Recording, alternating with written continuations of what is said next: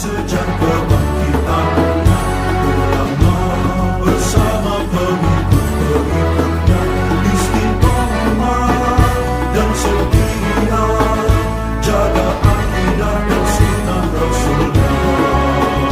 Alhamdulillah segala puji baginya, ulama bersama pengikut-pengikutnya istiqomah dan setia menjaga agama manusia dan bangsa.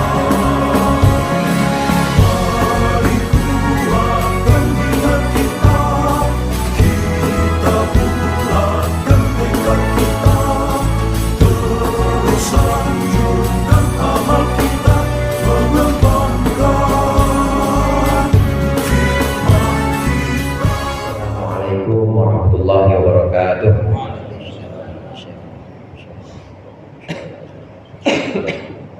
Al-Fatihah.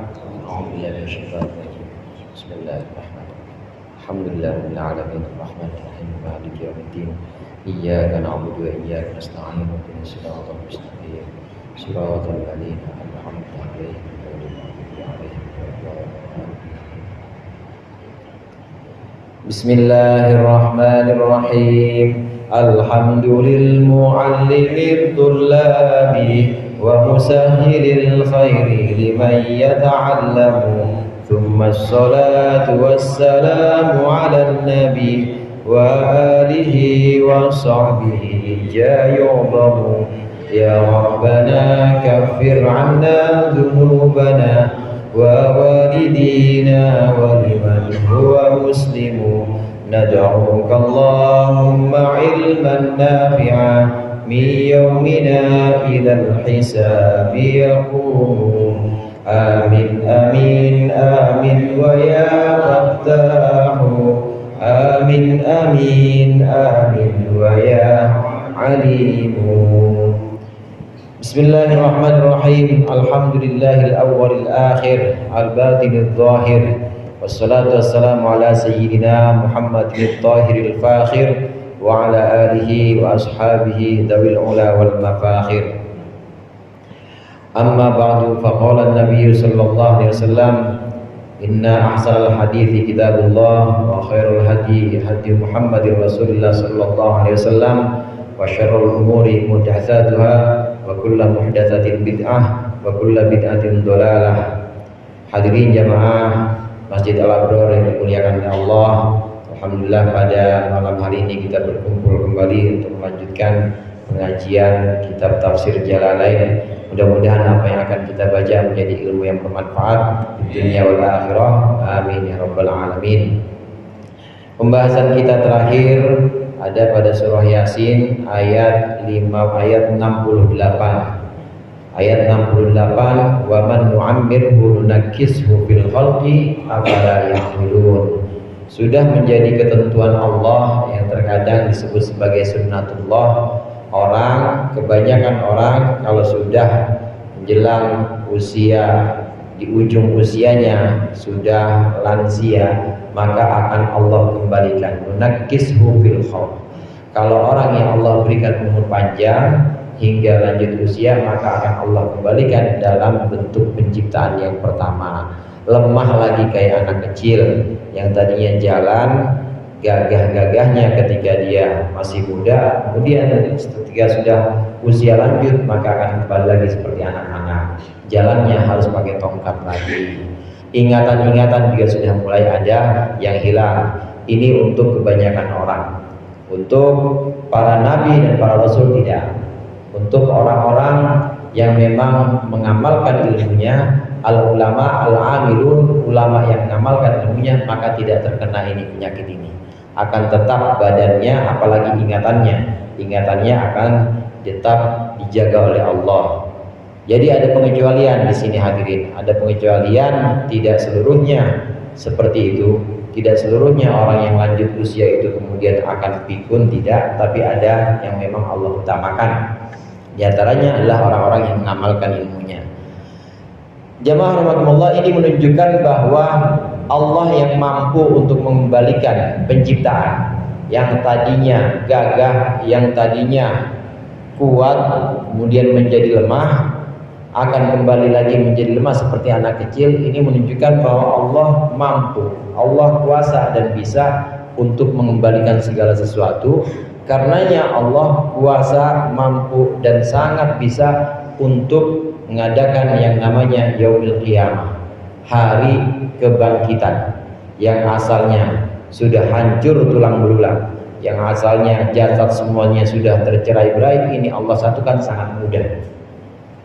Ayat-ayat yang kita baca di ayat 68 kemarin dan beberapa ayat sebelumnya ini menunjukkan kudrah Allah, menunjukkan kekuasaan Allah untuk mengembalikan bentuk, mengembalikan penciptaan-penciptaannya sebagaimana Allah kehendaki.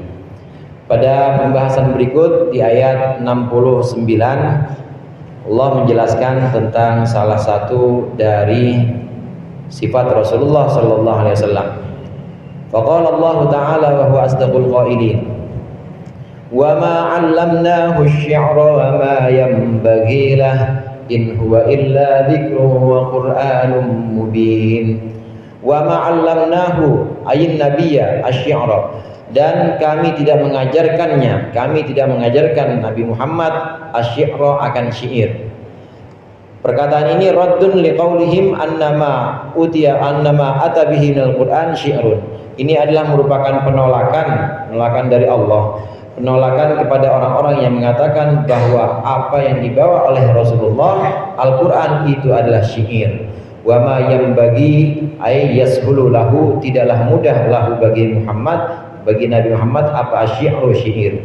In huwa ay laisal ladzi atabihi illa dzikrun, tidaklah yang dibawa oleh Nabi Muhammad kecuali satu peringatan. Idhatun maksudnya adalah nasihat, wa Qur'anun mubin, dan Quran yang nyata maksudnya mudhirun lil ahkami wa ghairiha, Quran yang menampakkan atau yang mencetuskan hukum-hukum dan selain hukum-hukum.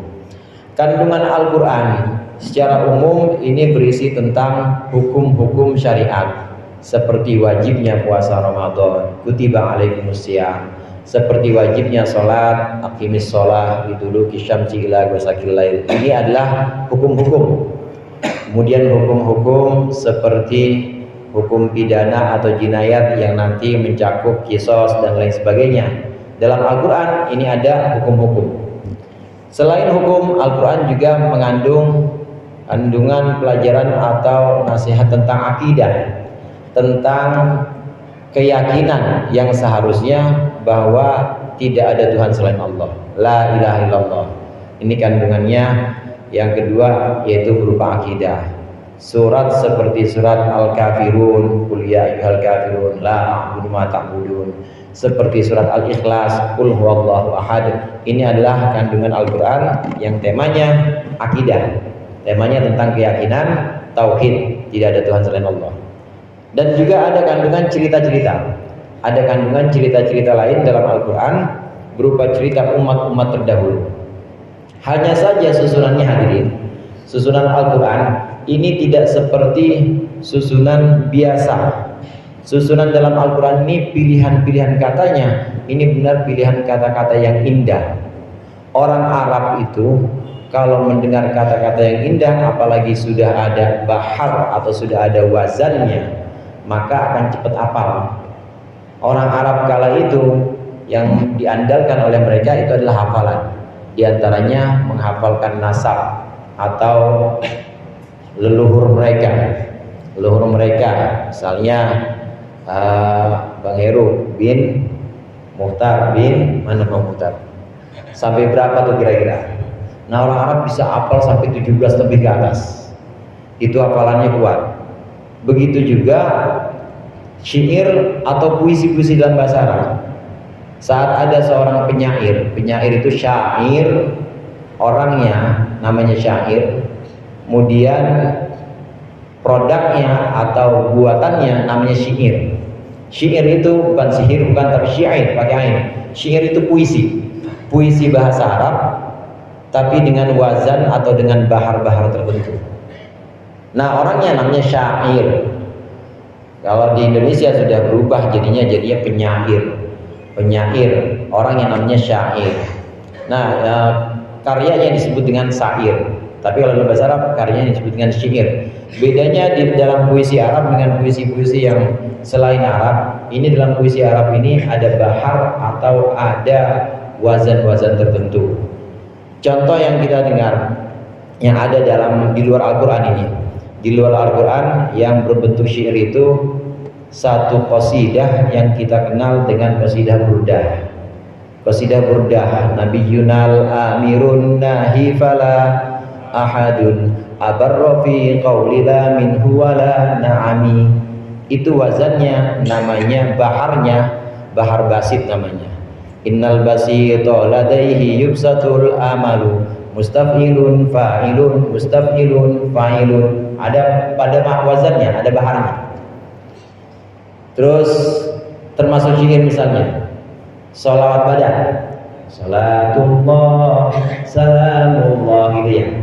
Itu ada wazannya. Hazajna fi bawadikum mustafilun mustafilun. Ada wazannya. Satu bait itu seperti itu. Ada wazan atau ada bahar yang memang ketukannya harus seperti itu. Syair Arab demikian, punya bahar-bahar tertentu. Kemudian yang kita kenal juga misalnya apa selain itu? Selain burdah atau selain yang kita kenal tadi selawat badan, apa? Ilahi lastulil, ya ilahi lastulil firdausi ahla. Itu syair juga, ada wazannya. Setiap syair itu ada wazannya. Di luar Al-Quran memang orang-orang Arab ini sangat banyak hafal-hafal syairnya. Ternyata Al-Quran begitu mereka mendengar ini Al-Quran, ternyata ada yang mirip-mirip dengan syair. Maka orang-orang kafir saat itu menuju Muhammad penyair, Muhammad itu syair, syairun majnun. Dalam ayat lain disebutkan, kenapa kalian mengikuti syairun majnun, seorang penyair yang gila. Artinya gila ini yang khayal atau yang imajinasinya ini sudah tingkat tinggi.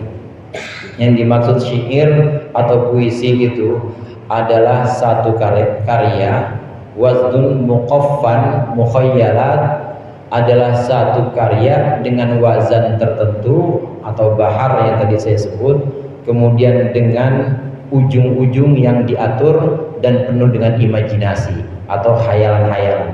Nah, Nabi Muhammad dikira tukang ngayal oleh orang-orang kafir, tukang bikin syair atau penyair, makanya disebut dengan syair. Ini Al-Quran menurut mereka orang-orang kafir saat itu, ini adalah buatan Muhammad karena Muhammad adalah penyair. Muhammad belajar syair. Oleh karenanya ditolak oleh Allah, wa ma 'allamnahu syi'ra. Kami tidak pernah mengajarkan Muhammad syair. Wa ma yang bagilah, dan tidak layak syair untuk Muhammad. Karena Al-Quran ini hanyalah nasihat, hanyalah satu peringatan yang di dalamnya mengandung hukum-hukum yang tadi sudah kita sebutkan di awal. Memang ada hadirin dalam Al-Quran yang wazannya itu mirip-mirip dengan wazan fi'il, dengan wazan syair, yaitu dengan bahar. Seperti dalam surat Al-Kahfi itu, faman syaa'a falyu'min wa man syaa'a falyakfur, faman syaa'a falyu'min wa man syaa'a falyakfur. Itu wazannya tawil. Fa'ulun mafa'ilun, fa'ulun mafa'ilun, fa'ulun mafa'ilun, fa'ulun mafa'ilun. Itu ada baharnya di Al-Quran. Ayat yang tadi saya sebutkan, faman syaa falyu'min wa man syaa falyakfur, ketika diikutkan bahar syair pas. Tapi itu bukan bikinan Nabi Muhammad, itu langsung dari Allah. Ada lagi di satu surat Allah, saya lupa, di satu surat yang wazannya itu pas dengan bahar syair. Dalam Al-Quran ada beberapa ayat yang memang kalau dicocokkan dengan bahar syair itu mirip. Di luar Al-Quran, Rasulullah Nabi Muhammad SAW ini pernah mengatakan satu nasihat, mengatakan satu nasihat yang kita kenal dengan hadis. Ini ternyata didengar oleh, ini hadis Siti Aisyah, didengar oleh para sahabat cocok dengan wazan atau dengan bahar syair. Ini diantaranya di sini disebutkan oleh oleh Syekh Ahmad As-Sawi, satubdi lakal ayyamu ma kunta jahila wa ya'tika bil akhbari man lam tazawwadi fa'ulun mafa'ilun. Ini baharnya bahar tawil, fa'ulun mafa'ilun. Ini mirip, padahal Nabi bilangnya biasa. Rasulullah bilangnya satubdi lakal ayyam ma kunta jahilan wa ya'tika bil akhbar man lam tazawwadi. Ternyata cocok dengan wazan atau dengan bahar syair. Nanti ilmunya disebut dengan ilmu arud. Ilmu arud ini digagas oleh Imam Khalil. Imam Khalil gurunya Imam Sibawayh. Syair-syair jahiliyah yang sudah dihafalkan oleh orang-orang Arab yang juga merupakan kekayaan sastra Arab saat itu, punya 12 wazan, ditemukan oleh Imam Khalil, gurunya Imam Sibawayh. 12 wazan, pasti tak wazan atau 12 bahar, dan gak bakal melenceng dari 12 bahar ini. Nah, yang barusan sabda Rasulullah yang barusan saya sebutkan, satubdi lakal ayyam ma kunta jahilan wa yatika bil akhbari man lam tazawwadi, ini ketika Rasulullah ucapkan, sahabat dengar, ini syair. Ini mirip syair. Nabi berarti syair juga. Nabi berarti penyair juga. Orang-orang yang mendengar saat itu, mohon maaf bukan sahabat, tapi orang-orang yang mendengar saat itu menyangka bahwa Rasulullah mainan syair juga, mainan syair atau puisi juga. Satubdi lakal ayyamu ma kunta jahila wa yatika bil akhbari man lam tazawwadi. Sungguh nanti hari-hari akan datang kepadamu dan engkau tidak tahu, akan datang kepadamu orang-orang yang tidak membawa bekal dan dia akan membawamu kabar atau berita-berita kepadamu. Yang mendengar saat itu orang Arab mengira bahwa ini adalah syair. Nabi bersyair juga, Nabi membuat puisi juga, Rasulullah membuat puisi.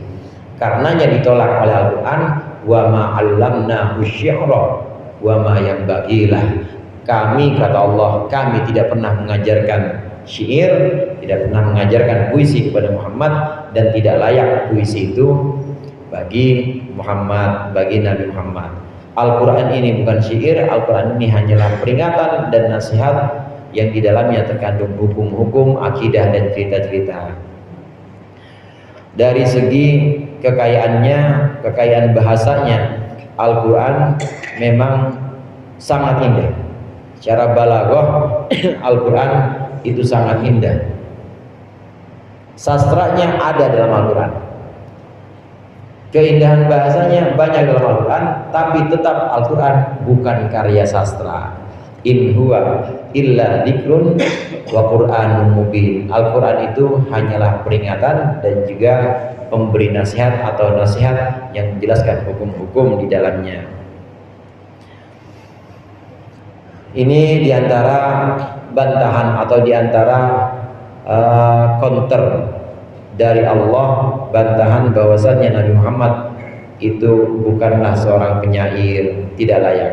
Lagi pula hadirin, penyair itu kala itu penyair semakin bagus puisinya atau syairnya, maka berarti semakin tinggi tingkat khayalannya. Padahal Nabi Muhammad gak pernah menghayal. Nabi Muhammad sangat bersih, Allah jaga dari khayalan-khayalan itu.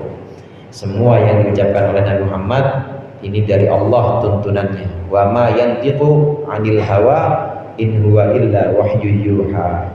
Nabi Muhammad tidak pernah bicara dari hawa nafsu atau keinginannya. Bertolak belakang dengan penyair. Penyair itu bicara, bikin syair pasti atas dasar keinginannya. Dia rangkai kata-kata, dia mainkan imajinasinya, yang mirip-mirip kayak zaman muda bapak-bapak dulu ya. Kalau lagi pengen ngerayu, ya, engkau bagaikan bunga. Pokoknya engkau bagaikan bunga yang kelopaknya jatuh sebelah misalnya. Itu dirangkai kata, ini kan penuh khayalan. Nabi nggak seperti itu. Wa ma 'allamnahu syi'ra wa ma yanbaghi in huwa illa dzikru wa Qur'anun mubin. Liyundira qaumam liyundira man kana hayya wa yahiqqal qawlu 'alal kafirin. Liyundira bitta'i wal ya'i bil ya'i wat ta'i. Boleh kita baca litundira, boleh kita baca liyundira. Liyundira man kana hayyan, agar dia, maksudnya Nabi Muhammad kalau dibaca ya. Kalau litundira, agar engkau wahai Muhammad memberikan peringatan man kana hayyan, kepada orang yang hidup. Maksudnya yaqilu ma yukhatabu bihi, yang bisa memahami apa yang dipercakapkan, dibicarakan. Wahum, mereka yang dimaksud orang-orang hidup, al-mu'minuna adalah orang-orang mukmin. Wa yahiqqul qawlu 'alal kafirin, ay wa yahiqqul qawlu bil 'adzab, dan supaya tetap, supaya pasti ucapan siksa 'alal kafirin, atas orang-orang kafir. Wahum kal mayyitina, orang-orang kafir ini diserupakan dengan orang yang mati, mayit. La yaqiluna ma yukhatabuna bihi, mereka tidak memahami apa yang diperbincangkan atau apa yang dibicarakan.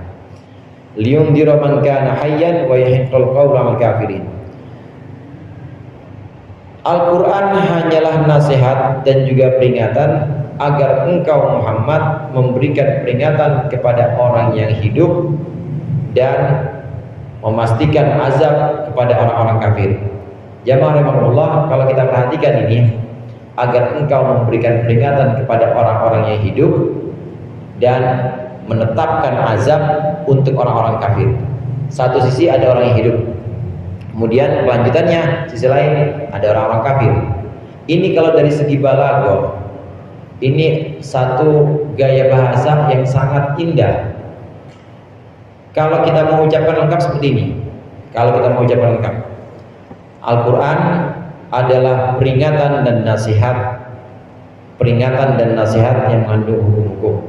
Tujuannya untuk apa? Nah, mulai dari sini, agar engkau Muhammad memberikan peringatan kepada orang-orang yang hidup, yaitu orang-orang mukmin, dan menetapkan siksa untuk orang-orang yang mati, yaitu orang-orang kafir.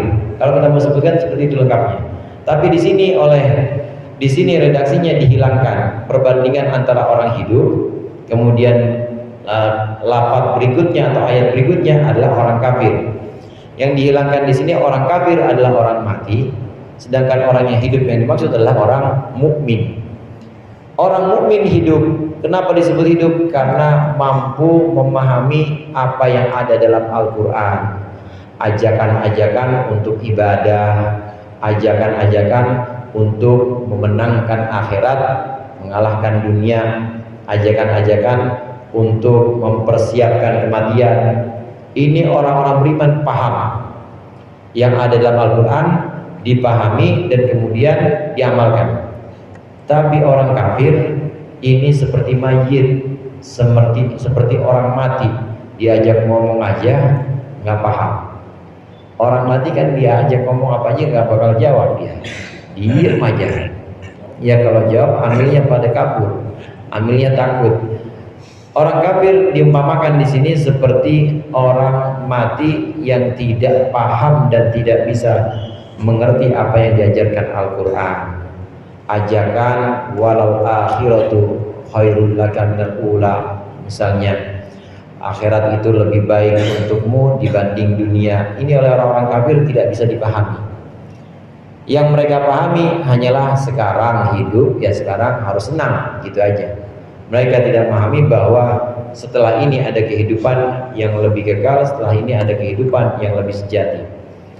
Ajakan-ajakan dalam Al-Quran ini tidak dipahami, tidak bisa dipahami oleh orang-orang kafir. Hanya orang-orang mukmin diumpamakan di sini adalah orang yang hidup. Orang kafir diumpamakan sebagai orang-orang yang mati. Jamaah rahimakumullah, memang dari garis besar ajaran yang dibawa oleh para rasul, dibawa oleh Nabi Muhammad dan dibawa oleh rasul-rasul sebelumnya, ini pasti mengajarkan tentang keutamaan akhirat. Kita harus duluin akhirat, dan akhirat itu pasti ada. Kalau akhirat tidak ada, maka ada sifat-sifat Tuhan. Istilahnya kalau kita mau bicara di luar topik Islam, misalnya kita bicara sama orang-orang yang agamanya bukan Islam. Kalau akhirat tidak ada, maka ada sifat-sifat Tuhan yang tidak terlaksana. Apa itu? Adil. Tuhan pasti adil. Nah, sementara di dunia ini ada orang yang dari lahir miskin aja terus, susah terus, kalah mulu pokoknya, dizolimin terus, dianiaya terus, sampai mati begitu. Emang uratnya udah urat terzolimi ya, uratnya udah urat miskin, nggak ada senang-senangnya. Nah kalau begitu, kalau nggak ada kehidupan akhirat, berarti Tuhan nggak adil. Maka harus ada yang namanya akhirat. Dan akhirat ini sifatnya lebih abadi, lebih kekal, dan lebih sejati. Kehidupan yang sejati itu akhirat.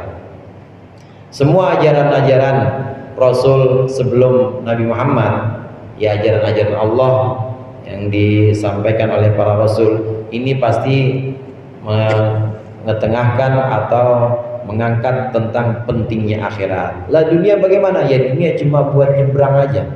Dunia ini cuma buat sarana untuk satu perantara supaya kita bisa hidup di akhirat dengan hidup yang sebenar-benarnya dan bahagia yang sifatnya abadi. Kalau tanpa dunia nggak bisa, harus lewat dunia. Karena nggak mungkin ada akhirat kalau tidak lewat dunia, harus lewat dunia dulu. Ini diantara garis besar ajaran yang disampaikan oleh para Rasul sebelum Nabi Muhammad, sama semuanya. Yang berbeda itu paling hanya syariatnya. Kalau ajaran-ajaran pokok seperti iman kepada hari akhir, iman kepada malaikat, itu sama semuanya. Tapi kalau syariat ada perbedaan memang. Syariatnya Nabi Musa misalnya, syariatnya Nabi Musa itu istri yang lagi haid. Kalau syariat kita istri yang lagi haid gimana? Boleh dikumpul nggak? Nggak boleh. Tapi boleh nggak tinggal di rumah? Di rumah kita boleh ya? Boleh. Syariatnya Nabi Musa nggak boleh, harus keluar. Ada istri lagi haid harus keluar rumah, nggak boleh. Syariatnya Nabi Musa itu di Taurat. Yang beda hanya syariat. Ajaran-ajaran pokok tentang keimanan itu sama semua, termasuk juga tentang akhirat. Tentang akhirat ini sama. Awalam yarau anna khalaqna lahum mimma amilat aydina an'aman fahum laha malikun. Awalam yarau, apakah mereka tidak melihat? Ya'lamu, apakah mereka tidak mengerti? Wal istifhamu litakrir wal wawu dakhlatu 'alaiha lil atfi. Ini istifham adalah istifham untuk memastikan, atau istifham yang tidak butuh jawaban tapi hanya memastikan. Istifham takrir itu seperti pertanyaan retorik yang tidak butuh jawaban. Saya tanya begini misalnya pada bapak-bapak, ente nggak tahu apa bola itu bulat? Kira-kira butuh jawaban nggak pak? Nggak butuh ya, namanya bola bulat, namanya istifham takrir. Begitu juga pertanyaan ini. Pertanyaan tentang apakah mereka tidak melihat bahwasannya kami telah menciptakan untuk mereka apa yang kami buat. Kami menciptakan untuk mereka apa yang sudah kami ciptakan. Anna khalaqna lahum, bahwasannya kami menciptakan untuk mereka, fi jumlatin nas, maksudnya keseluruhan manusia, mimma amilat aidina, dari apa-apa yang sudah dibuat oleh tangan-tangan kami. Amilnahu bila syarikin wala mu'inin, kami buat itu tanpa sekutu dan juga tanpa pertolongan. Gak butuh, Allah gak butuh pertolongan, Allah gak butuh teman untuk membuat atau menciptakannya semuanya. Nah di sini diperjelas menciptakan an'aman akan hewan-hewan ternak, hiyal ibilu, yaitu onta, wal baqaru, dan sapi, wal gonamu, dan kambing. Fahum laha malikun, maka mereka manusia itu menguasai an'am atau menguasai hewan-hewan tersebut. Dobituna, maksudnya mereka mampu menguasainya. Setelah ditegaskan bahwasannya Al-Quran ini untuk manusia keseluruhannya, hanya saja orang-orang beriman sebagaimana orang hidup paham akan ajakan-ajakan Al-Quran. Tapi orang-orang kafir itu seperti orang mati yang diajak bicara, nggak paham apa yang dibicarakan. Setelah menyampaikan seperti ini, maka secara umum Allah menyampaikan bahwa tidakkah manusia Tidakkah kita semua melihat bahwasannya Allah telah menciptakan hewan-hewan ternak untuk kita, dan Allah ciptakan itu dengan kekuasaan Allah sendiri. Tangan di sini jangan kita artikan tangan. Dalam Al-Quran itu ada istilah-istilah yang sifatnya majaz, ada yang sifatnya hakiki. Kalau yang hakiki memang tidak bisa kita artikan kecuali yang dimaksud di situ. Tapi kalau yang majazi seperti tangan di sini, tangan yang dimaksud di sini bukan tangan Allah, artinya Allah punya tangan, bukan. Tapi yang dimaksud adalah kekuatan atau kekuasaan Allah. Kalau kita salah memahami maka jadinya mujassimah. Mujassimah itu salah, keliru menyatakan bahwa Allah punya jisim, Allah punya jasmani. Kenapa demikian bang? Kata orang mujassimah, jawabannya itu di Al-Quran ada aidina, tangan kami, kata Allah. Di Al-Quran ada yadullah fawqa aidihim, tangan Allah di atas tangan mereka. Berarti Allah punya tangan, kata orang mujassimah nih. Nah, ulama mengatakan bahwa yang dimaksud tangan dalam Al-Quran di sini bukan tangan Allah, tapi adalah kekuasaan Allah. Tidakkah manusia mengetahui bahwa kami telah menciptakan hewan-hewan ternak dengan kekuasaan kami tanpa bantuan? Jamaah rahimakumullah, Allah menciptakan onta, menciptakan sapi, menciptakan kambing. Itu semua manfaat buat kita. Dari kulitnya, dagingnya, apalagi semua. Bahkan onta itu bisa buat menyimpan air, semua. Sampai tainya, maaf ya, tainya ada manfaatnya buat pupuk. Itu Allah buat semua, nggak ada bantuan siapa-siapa. Allah sendiri yang ngatur. Emang yang ternak sapi ikut-ikutan nih supaya tainya nanti buat pupuk cakep, makannya kudu makan kebab nih sapi misalnya. Ini supaya kulitnya cakep, maka nggak boleh dikasih makan rumput di kambing. Kasih makan yang lain. Kan nggak ikut-ikutan menumbuhkan kulit, menumbuhkan bulu-bulunya seperti ini biri-biri atau domba yang bisa dipakai buat bahan wol. Kemudian menumbuhkan tanduknya, kadang tanduknya bisa juga digunakan ya buat cangklong gitu ya, buat apa aja pokoknya, hiasan-hiasan. Itu semua Allah yang menciptakan, manusia nggak ikut-ikutan. Nah, yang seperti ini ditegur oleh Allah. Yang seperti ini, apakah tidak kalian lihat dan tidak membuat kalian itu iman kepada Allah, bahwasannya Allah sudah sediakan semua itu. Keperluan-keperluan kita sebagai manusia, hewan ternak yang tadi disebutkan, mulai dari kulitnya sampai kotorannya, itu masih bisa kita daya gunakan, budidayakan, masih bisa kita gunakan. Allah buat itu, Allah ciptakan itu dengan kekuasaan Allah sendiri tanpa bantuan. Peternak-peternak nggak ada yang ikut campur tangan. Susunya, susu sapi atau susu kambing itu semua Allah yang mengatur, Allah yang menciptakan. Sedemikian rupa tidak ada yang campur tangan siapapun.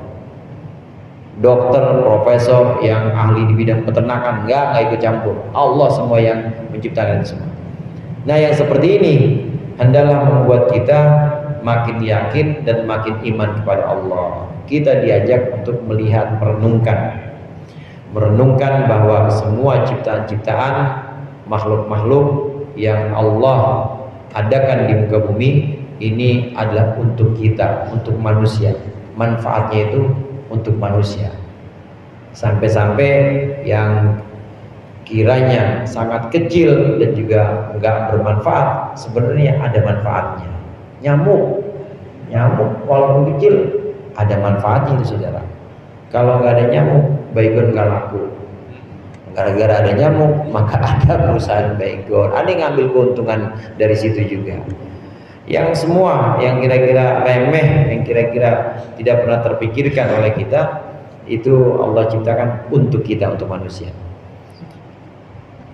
Al-Quran mengajak kita dalam ayat ini mengajak kita, mendorong kita untuk bersyukur karena sudah Allah berikan macam-macam nikmat kepada kita berupa hewan ternak terutama, dan berupa penciptaan-penciptaan lain yang semuanya memang diperuntukkan untuk kita manusia di muka bumi ini.